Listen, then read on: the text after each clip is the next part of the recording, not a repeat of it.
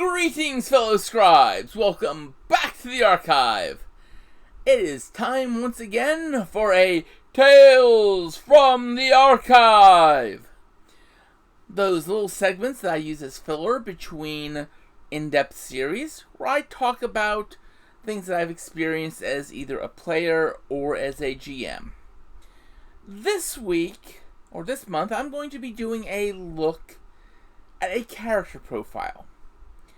This is a character I have played originally in a Vampire the Masquerade LARP, and this character has eventually become the sort of recurring NPC I will use in many of my World of Darkness games just because of how things and the story of this character developed over time.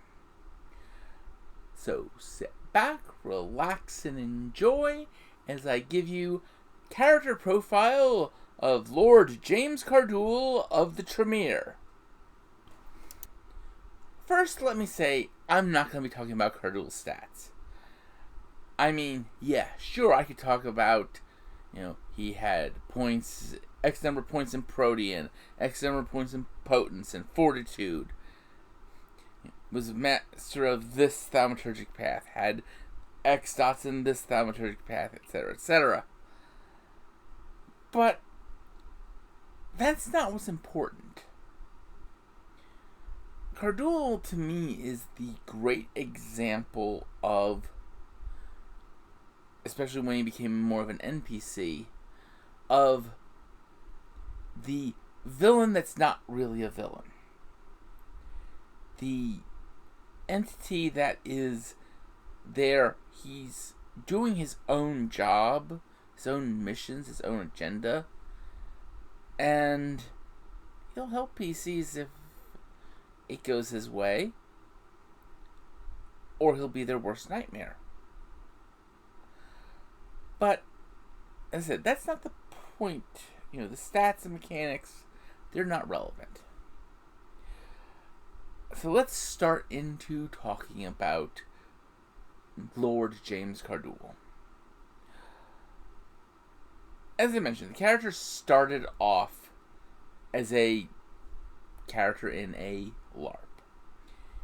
And I think some of his defining moments were from the LARP. First off, the character did have a curse on him. Details are irrelevant, but the core of it was he could not lie. Period. I know what people are thinking. A Tremere who can't lie? That's... Isn't that kind of antithetical to what the Tremere are? Yes, exactly. Which made it so much more fun to play him. Because you're talking about a character who everything he said was literally true. And in the LARP, at least, no one ever figured this flaw out. So, you got things like the time where he found out where the Sabbat in the city's communal haven was. And he told the prince. And the prince, who didn't like the Tremere in general, decided he would make a big show of how wrong Cardul was, bought the Sabbat's communal haven, and declared an Elysium for there. Declared he would hold court there. And every vampire that went died. Which, by the way, is how the Gangrel got instituted as the new prince of the city, because Cardul would much rather be the advisor to the prince than the prince. It gets in the way of his work. Which, that's the thing. Cardul was a researcher. He would be digging into the Tremere tomes and pulling out and learning obscure thaumaturgic paths. if he ran across a Tremere anti-tribute, the big thing he would care about wouldn't be the killing the anti-tribute. I mean, that would be a bonus, yes. No, it would be the anti-tribute's library. That was the type of character he was. He also hated Brujah with a passion, because he felt that they had fallen so far from what they once were. Once they were philosopher kings, and now they're this rabble, this unlearned rabble. How far the mighty have fallen. Which, it's kind of unusual, because his method of dress wasn't the suits and such you would expect of a Tremere. He wore a trench coat, a band t-shirt, jeans, and biker boots. Now, again, not what you would expect of a Tremere, but hey, it would throw people off. But one of the fun stories from these early days was he had gotten a ghoul, and this ghoul was originally a Brujah ghoul, but was way too intelligent for them, but was also a very big guy, and Cardul was able to get him a very big sword to go with his size. And what happened one time was Cardul had actually cornered one of his rivals. Had gotten him into a spot where the rival was in a room at Cardul's mercy. And as a player, I have those moments where my brain locks up on a word. What I wanted to say was, Valentinius, decapitate him. But I didn't say that. I started, Valentinius. At this point, my brain locked up on the word. I knew what I was wanting to say, but I couldn't articulate it. And I'd pause. So it was like, Valentinius, vivisect him. Because vivisect was the word that popped right into my head. And it worked. But it was still one of those fun moments. Of course, another fun moment came much later in the LARP that I was in. A Malkavian kept trying to get Cardul angry. Cardul always maintained a neutral meme. Well, because he's a bloody psychopath, so that kind of makes sense. And this Malkavian was just annoying Cardul. And so I turned to the Malkavian and went, if you keep doing that, I shall have to rip your heart out through your anus. He'll say the Malkavian continued doing that. In fact, doubled down on doing that. Which came to the point of me going, GM, storyteller, I have to follow through. And so, right there in front of other kindred in a area that it wasn't Elysium, but it was an area that was only kindred were there. So I wouldn't be breaching the masquerade. I popped wolf's claws, popped hand of flame around them so it would hurt more, and began a series of rock, paper, scissors challenges against the Malkavian, judged by the storyteller that was there, and followed through on my threat.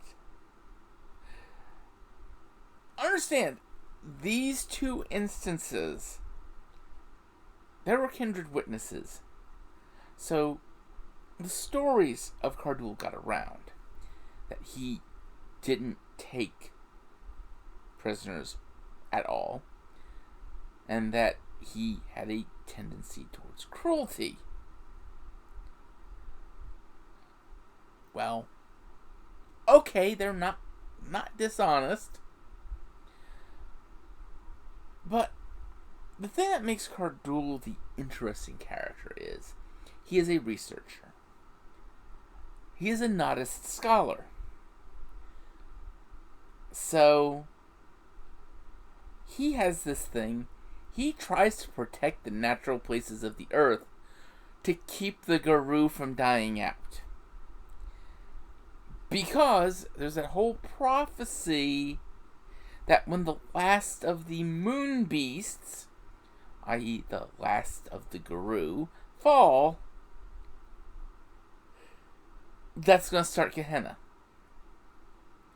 So, Cardul's trying to prevent the end of the world.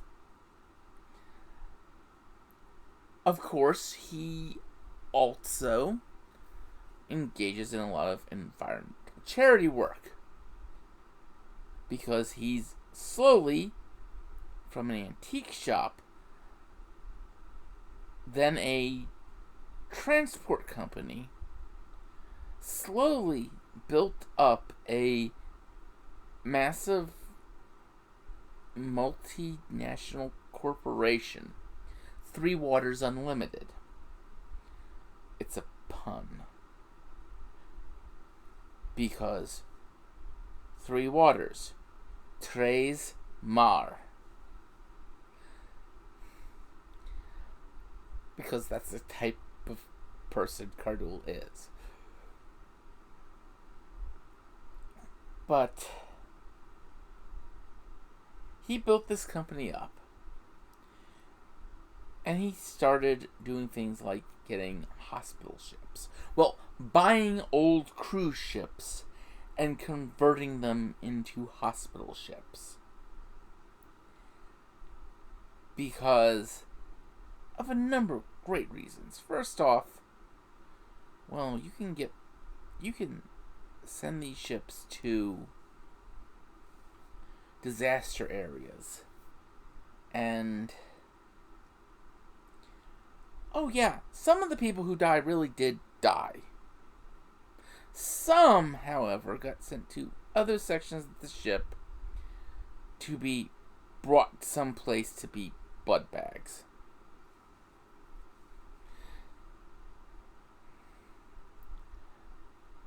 Because, a vampire's got to eat.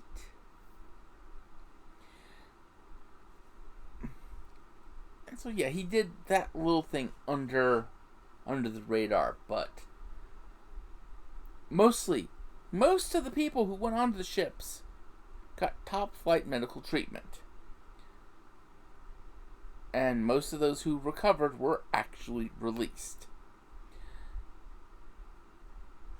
It was just a few who got the blood bag treatment. And eventually he had these ships being able to depart from the East Coast and West Coast of the U.S. And a couple in India. Well, he tried getting in India. Issues there had him move them to the to the coast of Africa, and a couple up in the Mediterranean.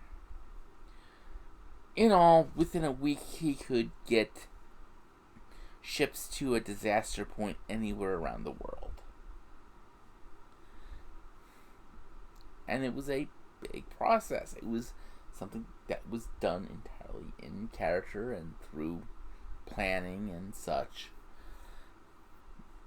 But a lot of it happened after the 2 years I was in the LARP. Most of it, in fact. And that's why Cardul has become sort of a NPC. But the fact is, you have a character who can be a font of information for people if they know the right things to give him, who can basically be the person that you don't want to run afoul of their schemes. And also, he provides a mysterious thing acting in the background. A mysterious corporation that's just powerful enough that Pentext won't go after it, but just weak enough that it's not dominating the setting.